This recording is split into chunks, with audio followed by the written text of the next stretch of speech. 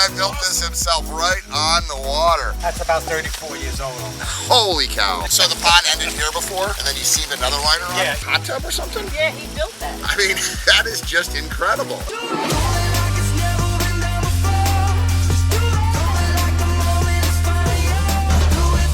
Welcome to living the Aquascape lifestyle.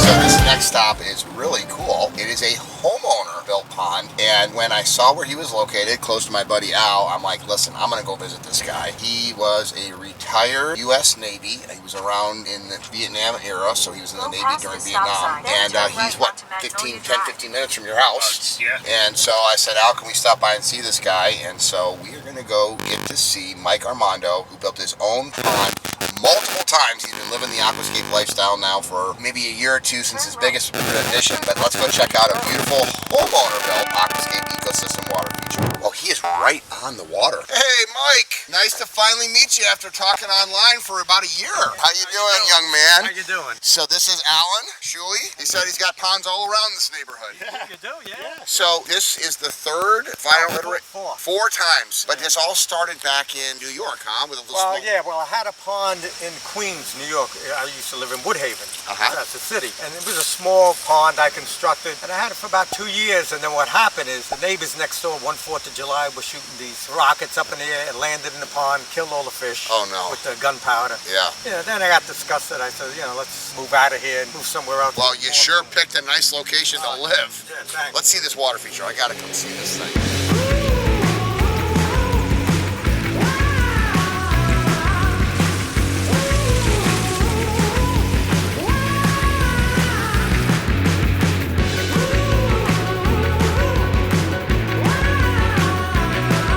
So how long have you lived here now? 34 years. Oh, a long time. Yeah, long Oh, so you've been having a water feature for a long time. Yeah. Oh my gosh. Look at this, Al. Wow.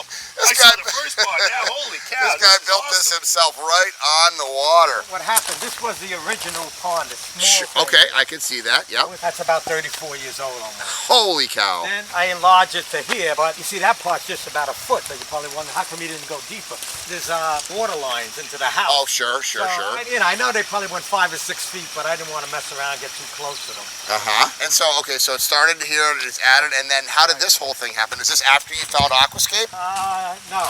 Okay. Look at this view out to the bay. So that's the bay, right? No, that's Long Island Sound. This is 20-something years. Look at the fish following us around wanting to get fed. I had to piece the liner there. Yep, put a scene there. Then, Very nice. The original waterfall was the lower one. I was going to pull out that rock. This one, But then I liked the way that was hitting it. Yeah, it gives more oxygen into the It pond. really does, yeah. And this is the intake bay here with the aqua box. So when did you put Well, this in? I just put this a couple of weeks. I had an old flower pot. Sure. But you know what I'm going to do? I'm going to look online with the Aquascape. I like to get a feature. Oh, Fountainscape. Yeah. Yeah, Put it we in can help him with that. Yeah, I just Stack do slate that. urn. So when did you put the intake bay in, Mike? Oh, well, this is Okay. the new section. This Okay. is 1 year and 4 months. And you're 70? 71. Looking good, staying in shape, buddy. Yeah. I love it. So the pond ended here before, and then you seamed another liner on? Yeah, it ended here. I seamed it here. Yeah, I'm doing this all by myself. Yeah. I want to use bigger rocks, but I could just move so much. Sure. I seamed it here. I wanted to go deeper there, but I was just a little worried because this part is 20-something years old with the liner. I didn't want to start digging down and cause open up a can of worms. Oh, this is my wife, Carol. Hi, Carol. I'm the pond guy, Greg. Very nice. Boy, your husband is sure ambitious with this, huh? He is, definitely. How long have you guys been married? 47 years. So you had the pond at the old house in New York? Yes, we had a small pond that we came here. He built that, and he built that. Yes. Can I go up there and see it from up there? Sure. So this is a beautiful home. So you've been here for 34 years? Yep. Wow. This is an amazing piece of property. He enjoys it. This is his hobby. Hey, man, I love it. I love seeing what passionate. I mean, look at that backdrop. I mean, that is just incredible. What is that, a hot tub or something? Yeah, he built that. He built his own hot tub, huh? Yep. Go figure. So here's the wetland filter with Yep. some little baby, I can see some There's baby fish. So this is both your hobbies. Yep. But he's the one that tinkers with it No, more. definitely it's his. But this is your seat to, oh, look, you got your coffee mug here to have your coffee at. That's his. He wouldn't let me touch his mug. Forget it. 47 years of marriage. He won't let me touch his mug. Oh. I only use my own mug. He uses his mug. So your friends got to come over and love this too. They love it. As soon as they come here, they say, oh my God. Well, I love See, passionate people. I started off as a hobbyist too, 31 years ago. So your husband was doing this before me. Definitely. Well, actually, no. I started off at 12 years old. So my first pond was 1982. Yeah, 1982 was my hobbyist, and then 1991 was my business. But that's great. He's got a little light tower in here, which is kind of a tip of the hat to the shore that you live on, huh? Definitely. And then this is his biological filter up here. This is therapy for him, working with his hands. But I got to get him telling about the story of what he used to do as a profession. So Mike, one of the things that I thought was cool was your background of being in, you know, Screamin' Jay Hawkins' band. Yeah, I was his guitarist during the 70s, and I put a spell on you. Yeah, I put a spell on you. Yeah. I got something for you. Oh, okay. I love Because, first of all, when I seen Aquascapes, all the stuff, Greg, it put a spell on me. How long ago was that? Oh, it was a couple of years ago. A couple of years ago. And this book was written by Steve Bergsman, or Steve Bergsman, a famous author. Oh, cool. And I'm going to give you this. Greg Wittstock, the pond guy, has put a spell on me. I love it. Oh, that's great. So this is the story of the band? Well, it's the story of me in here with my years of being with him. Did you write that? No. Okay. Steve Bergsman wrote it. Okay. He's an author. That talks about you because you were in the band. Yeah. And then there's other people they talk about. Do you still play? Oh, yeah. And, Hey! and we have a tribute band called The Resurrection of Screamin' Jay Hawkins. We're going on tour. Awesome. We're going on tour October.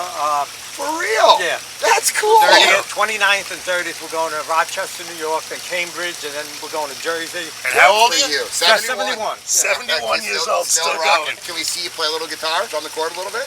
Yeah, I'll get it. Yeah, awesome. I love my job. It's from 1969. Wow, the year before I was born. And this is the original guitar that I played with Screamin' Jay Hawkins. That is awesome. Wow. I'm assuming he's no longer Well, alive. no, he passed away at 70 years old.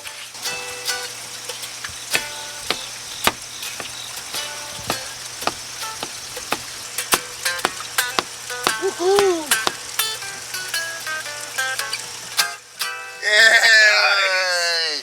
Now I see how he won your heart. All right, so where's your blue? You have two koi. Where's your blue koi? He's right over there. Oh yeah, yep. Yeah, he does have a blue tint. Maybe a Sankey. So when you built this, you were saying something about sandbags? Yeah. Well, So this is 5 feet deep in the deepest part, huh? yeah, 5 feet deep, and the ledge is 2 feet deep. There's an Aquascape aerator there. Yep. We got two of them. There's Yep. one there. The aqua block, the pump vault, aqua blocks here. Hey, look at that. You even got the good stuff, not the floating pellets. I love it. And you fed us good, too, with this pound cake.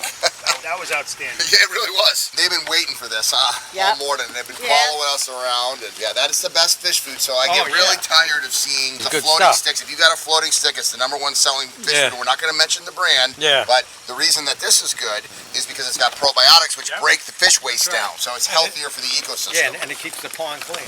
Yes. You know what my favorite part is? I love this wetland that you put in, and I love how the hosta is growing right in the water. I mean, I've seen them in streams before. I've never seen a hosta right in the wetland, and it does great. Yeah, you see that little spitter? driftwood? It's the little details. All right, here's my recommendation. You said you still wanted to add another stream somewhere? Eventually, I want to.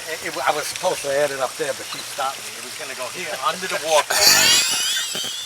I wonder why. She stopped me. I was going to dig this out, and it was going to run down here.